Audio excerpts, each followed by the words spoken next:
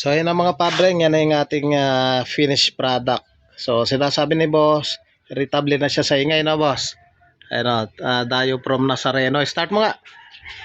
Check natin kung ma-satisfied ka. Ayun nagbago ba? Nagbago Sige, dito mo. Ayan pumino na yung motor ni boss. Sa pulo, Hermosa, Bataan makikita. Tabi mismo ng tulay ang shop na sikat na. Kung motor mo'y may sira at hirap ng umandar, kay Padreng Eli ka na, siguradong aayusin. Kumusta kayo mga padreng at welcome back na naman sa ating channel. May dila rito na Honda TMX 125 Alpha. Ang issue ng motor ni boss, bagong kuha lang, medyo may naririnig daw siya na lagitik. Ngayon check natin yung kanyang mileage. Tumakbo na siya ng 860. Ngayon si boss may dala na siyang pan-change oil. At i-change oil natin, tapos checkin natin yung lagitik, kung saan nga ba ito nagmumula. Start muna natin yung motor ni boss. Dayo from Nazareno, Hermosa, Bataan.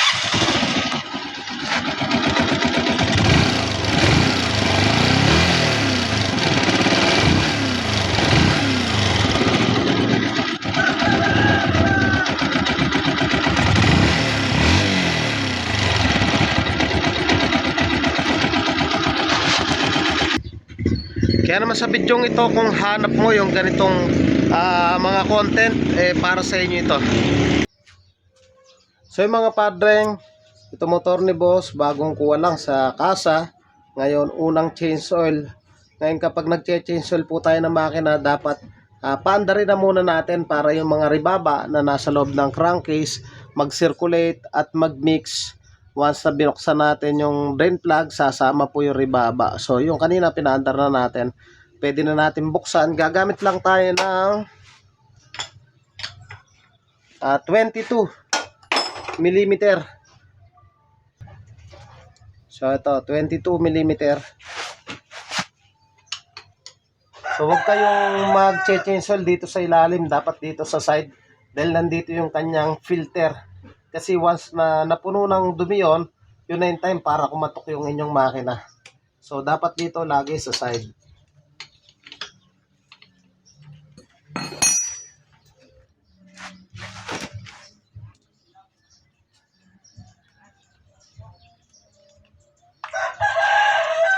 Ayun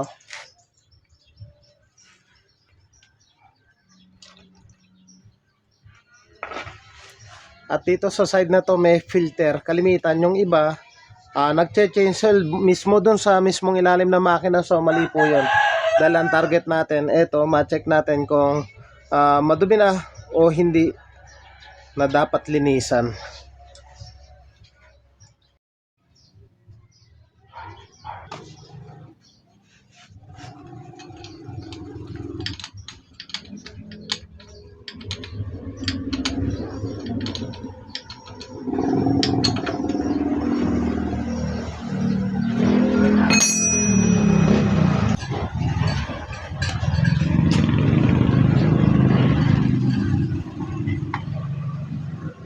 Ang nilalagay natin dito mga padreng ay 900 ml base dun sa kanyang service manual, hindi 1 litro kundi 900 ml lang.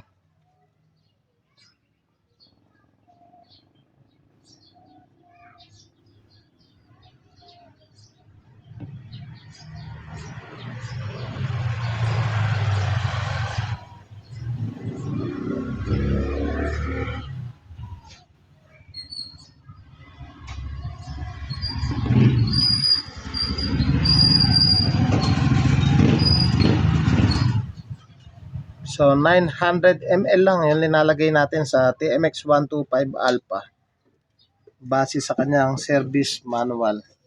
So yan, nasalinan na natin, pwede na natin ikabit yung kanyang dipstick. At ang isusunod natin dyan, yung sinasabi nga ni boss, nung unang kuha wala man lagitik, pero ngayon bakit daw sobra sa lagitik. At tinakbo mo 800 na. 800 kilometers na yung kanyang tinakbo. So papalamigin lang natin bagya. Checkin natin yung kanyang valve tappet.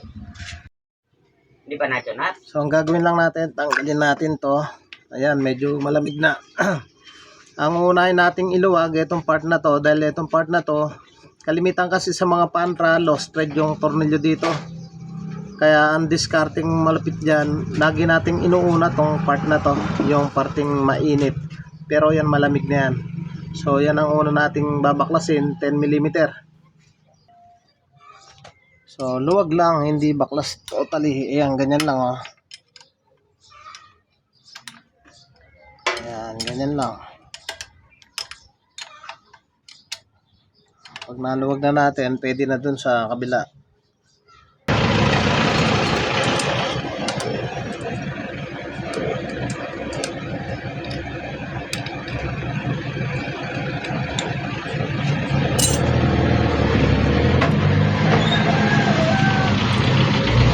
At pag maluwag na yan, ito tulak lang natin yung clip patras.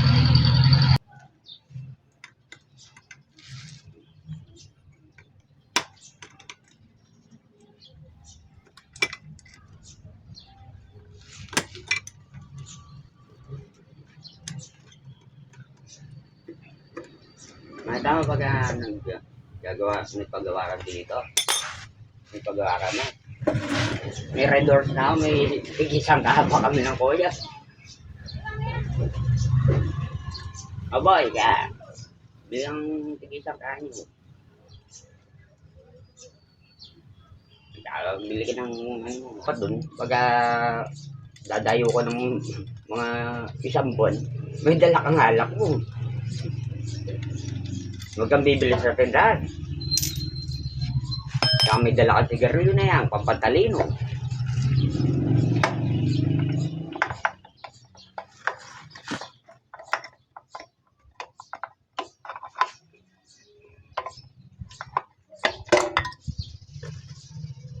Inis pa naman nila.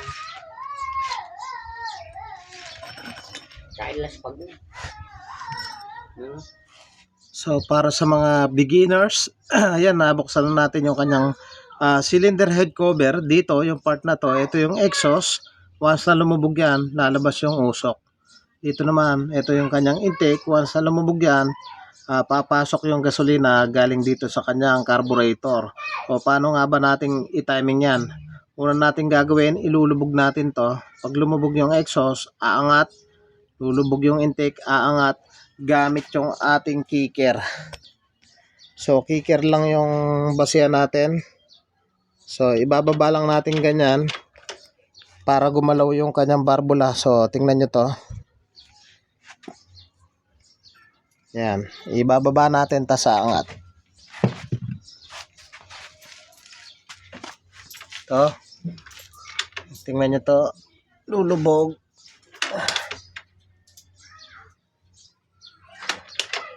Yan, lumubog. Aangat yan. Yung mangat, di tayo. Lulubog tapos aangat. Okay. Tapos, dito sa kanyang kicker, mula sa taas, ayan. Ibababa natin ang daan-daan hanggang sa mawala ng presyon. Stop tayo doon. Try natin. Ayan, matigas. Matigas. Pag nawala, ayun, nawala ng presyon, okay na.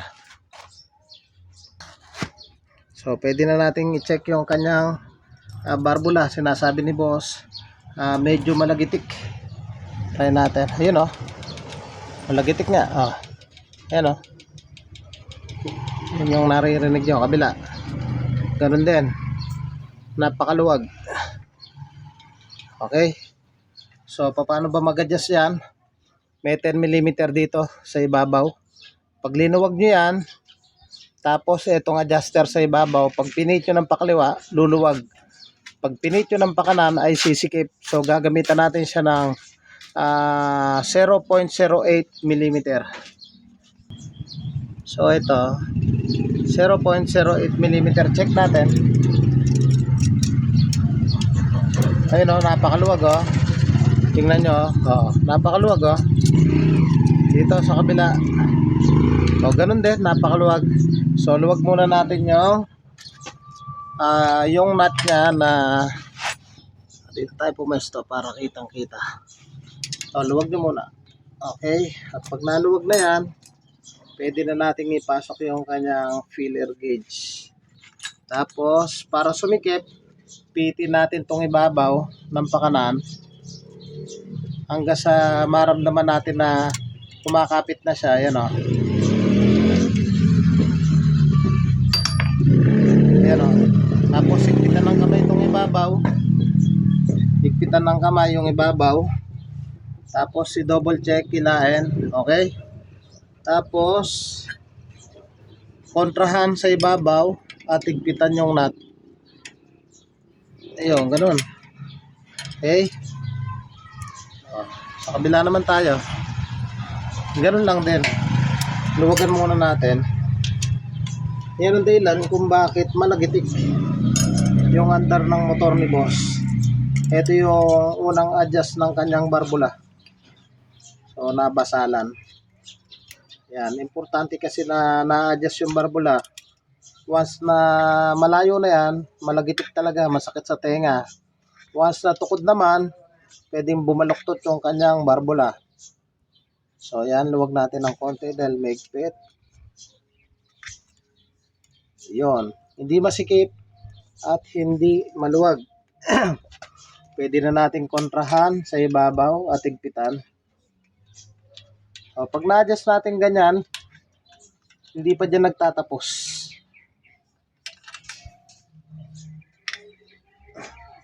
Check natin. O, yan o. Check natin. Ayan o. Okay. Kabila. Ayan o.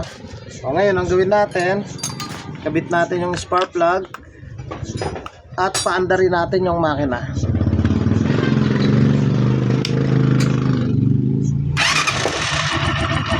Ayan o. Tahimik. Tahimik yung andar ng kanyang makina. Okay. At patayin na natin. Bakit nga ba natin pinapaandar? Yung iba kasing nag-a-adjust po niyan mga padreng, pagka-adjust, tatakpan. So mali yun. Kaya natin pinaandar, may posibilidad na yung in-adjust natin ay magbago. So hindi ko na ipapakita paano i-timing. Pinakita ko na sa inyo nung una para mabilis yung tutorial natin.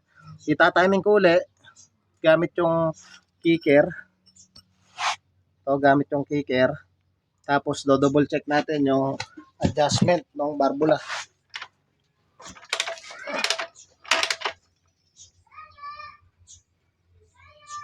Okay. So double check natin yung clearance ng barbula. 0.08. Ayan o. Oh.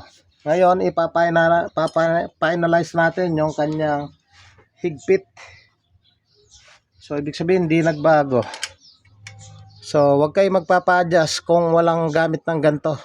Baka mamaya, inigpitan lang yung tornilyo, walang pangontra. Doon naloloko yung valve adjuster. Dapat may pangontra.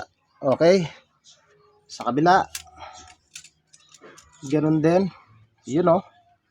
Oh, kontra uli natin. At higpitan. Tapos panda rin natin. Check natin yung okay. Yung andar. So, ganun lang kasimple. So, balik natin to. Checkin natin yung andar. Ayun o. Pinong-pino o. Okay, sa pagkakataong yung mga padreng, goods na yung valve adjustment ng motor ni Boss Dayo from Nazareno, Hermosa, Bataan. At pwede na nating takpan yan. Punasan lang natin.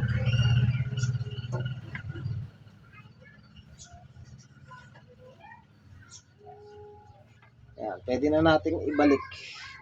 So, ganun lang kasimple. Ayan, balik na natin. Nag-aral pa yata yan. Tatrabaho ka. Panggabi. Saan nakatama yan?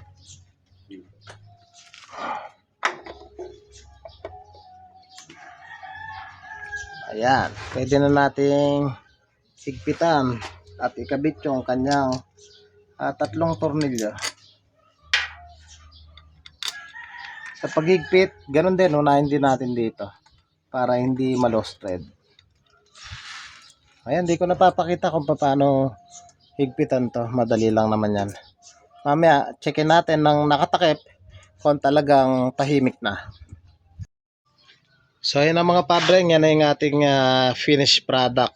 So, sinasabi ni boss, irritable na siya sa ingay na boss. Ayan o, Dayo from Nazareno. Start mo nga. Check natin kung masatisfied ka. Ayun o. Oh, nagbago ba? Nagbago. Sige, dito mo.